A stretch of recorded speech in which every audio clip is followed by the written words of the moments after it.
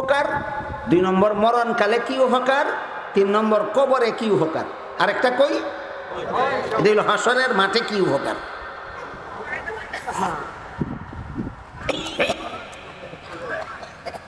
হাদিস শরীফে রাসূল করিম সাল্লাল্লাহু আলাইহি ওয়াসাল্লাম বলেন, কুন আলিমান আও মুতাআল্লিমান আও মুস্তামিআন আও মুহিব্বান ওয়ালা তাকুন খামিসান ফাতাহলিক আও কামা ক্বালা আলাইহিস সালাতু ওয়াসসালাম।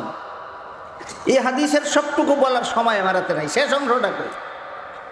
আল্লাহ রাসূল বলেন, তুমি আলেম হও, সুযোগ না থাকলে আলেমের ছাত্র হও, এই সুযোগও না থাকলে আলেমের কথা শোনো, আলেমের কথা মতো জীবনযাপন করো। এই সুযোগও যদি না থাকে, রাসূল বলেন আলেমকে মহব্বত করো। আলেমকে মহব্বত করলে এই মহব্বত করাটাও হবে তোমার জাহান্নাম থেকে মুক্তির ব্যবস্থা।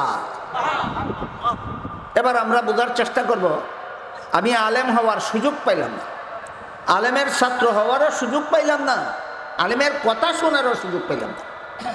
আপনাদের মনে হয়তো প্রশ্ন জাগতে পারে, ইসলামী সম্মেলনে আসলেই তো আলেমের কথা শোনার সুযোগ পাওয়া যায়, আলেমের কথা শোনার আবার সুযোগ পায় না কে? প্রশ্ন আসতে পারে।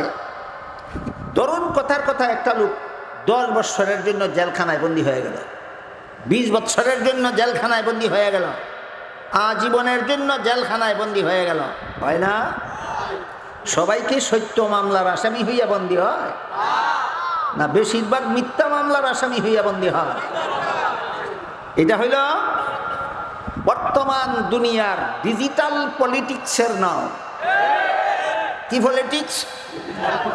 ডিজিটাল পলিটিক্স হইল যার সাথে দলিল দিয়া পারা যায় না, যার সাথে প্রমাণ দিয়া পারা যায় না, যার সাথে সাক্ষী দিয়া পারা যায় না, যার সাথে কোনোভাবেই যুক্তিসঙ্গতভাবে পারা যায় না, তার বিরুদ্ধে 5টা 7টা 10টা 20টা মিথ্যা মামলা করিয়া জীবনের জন্য হয়রানিতে তুলো। এটা হইল ডিজিটাল যুগের পলিটিক্স। এমন বুদ্ধিমান আসেনি আমরা দেশ, নিরীহ মানুষের বিরুদ্ধে মিথ্যা মামলা দিয়ে হয়রানি করে আছে। এরা কত বড় বুদ্ধিমান, এবার একটা হাদিস ফাঁকি দিয়া কই শুনেন। হাদিস শরীফে রাসূল করিম সাল্লাল্লাহু আলাইহি ওয়াসাল্লাম বলেন, কেউ যদি জান্না শুন্না কেউ বিরুদ্ধে মিথ্যা মামলা করে, জানে মামলাটা মিথ্যা করছে, আপনারা কি মনে করেন যারা নির্দোষ মানুষের মিথ্যা মামলা করে হয়রানিতে ফেলে এরা জানে না? জানে, জানে, স্বীকার করে না, জানে স্বীকার করে না। আল্লাহ রাসূল বলেন, কেউ যদি জান্না শুন্না কেউ বিরুদ্ধে মিথ্যা মামলা করে আর কোনো উপায়ে চাতুরির মাধ্যমে মামলার রায় তার পক্ষে আদালত থেকে নিয়ে নেয়, মামলা মিথ্যা করছে, আদালত থেকে রায়ও পাইছে, রাসূল বলেন স্মরণ রেখো, তুমি আদালতের রায় পাইছো না, আদালত থেকে জাহান্নামের সার্টিফিকেট পাইছো। কি পাইছে? এরা কেতনা বড় বুদ্ধিমান, যারা আদালত থেকে পয়সা খরচ করে জাহান্নামের সার্টিফিকেট নেয়। এমন বুদ্ধিমান আসেনি আপনারা যে সমাজে বাস করে।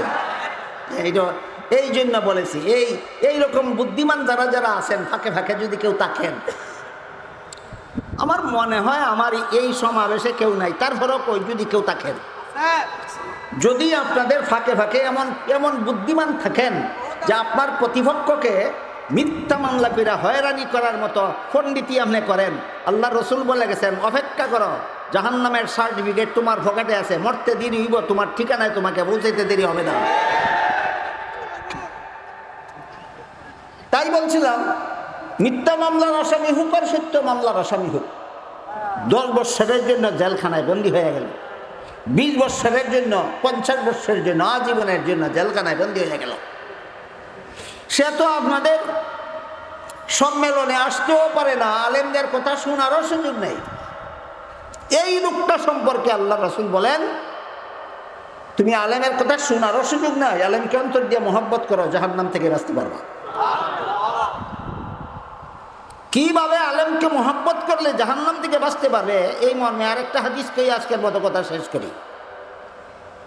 আরেক হাদিসে উল্লেখ আছে, রাসূল করিম সাল্লাল্লাহু আলাইহি ওয়াসাল্লাম বলেন, সারা দুনিয়ার সমস্ত মানুষ যখন জীবিত হয়ে হাসরের মাঠে দাঁড়াবে, বিশ্বাস হয়?